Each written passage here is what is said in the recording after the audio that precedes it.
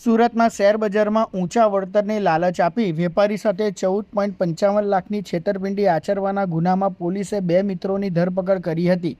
આ બંને આરોપીઓ સુરતના વરાછા અને સરથાણા વિસ્તારના વેપારીઓ છે, જેમણે માત્ર 1-2% કમિશનની લાલચમાં પોતાના બેંક એકાઉન્ટ સાયબર ઠગોને વેચ્યા હતા। ફરિયાદીને સોશિયલ મીડિયા અને વોટ્સએપ મારફતે સંપર્ક કરી ટ્રેડિંગ એપ્લિકેશનમાં રોકાણ કરાવવા લલચાવવામાં આવ્યા હતા। ઠગોએ એવી ખાતરી આપી હતી કે આ એપ્લિકેશન દ્વારા સ્ટોક ટ્રેડિંગ અને આઈપીઓમાં રોકાણ કરવાથી ટૂંકા સમયમાં મોટો નફો થશે। ફરિયાદીએ વિશ્વાસમાં આવીને અલગ અલગ તબક્કે કુલ 14,55,000નું રોકાણ કર્યું હતું। એપ્લિકેશનમાં નફો તો દેખાતો હતો, પરંતુ જ્યારે રૂપિયા વિડ્રો કરવાનો પ્રયાસ કર્યો ત્યારે ટેક્સ અને અન્ય ચાર્જના નામે વધુ પૈસાની માંગણી કરવામાં આવતા છેતરપિંડીનો અહેસાસ થયો હતો। પોલીસ તપાસમાં બહાર આવ્યું છે કે પકડાયેલા બંને આરોપીઓ રાજેશ રૂડાણી અને પ્રફુલ્લ માંડણકા ગાઢ મિત્રો છે।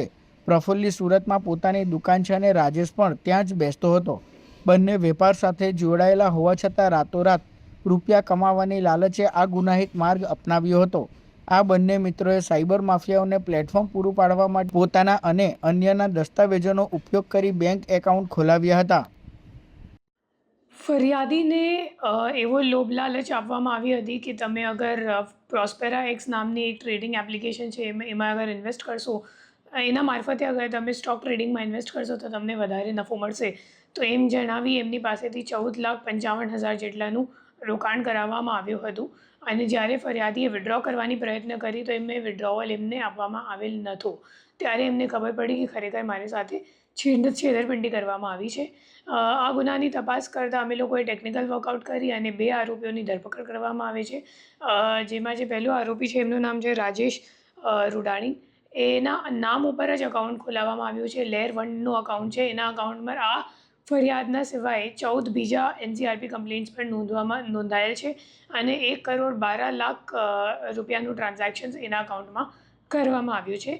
2% કમિશન જે ટ્રાન્ઝેક્શનનું વેલ્યુ છે એમાં 2% કમિશન એમને મળશે એમ કહીને એમના નામ ઉપર અકાઉન્ટ ખોલાવવામાં આવ્યું હતું।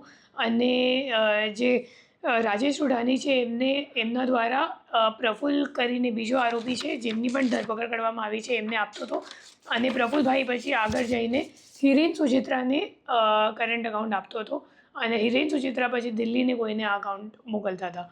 તો એ તમામ આરોપીઓ જે કમિશન માટે એ લોકોએ પોતાના નામ પર અકાઉન્ટ ખોલાવ્યું છે અને આ અકાઉન્ટમાં તમામ ફ્રોડના ટ્રાન્ઝેક્શન્સ પણ થયું છે। આ ગુના સિવાય બીજા એક એનસીઆરપી કમ્પ્લેન્ટ પણ સાયબર સેલમાં જ નોંધવામાં આવ્યું છે, જેનું પણ ડિટેક્શન બંને આરોપી સાથે જ કરવામાં આવી ગઈ છે।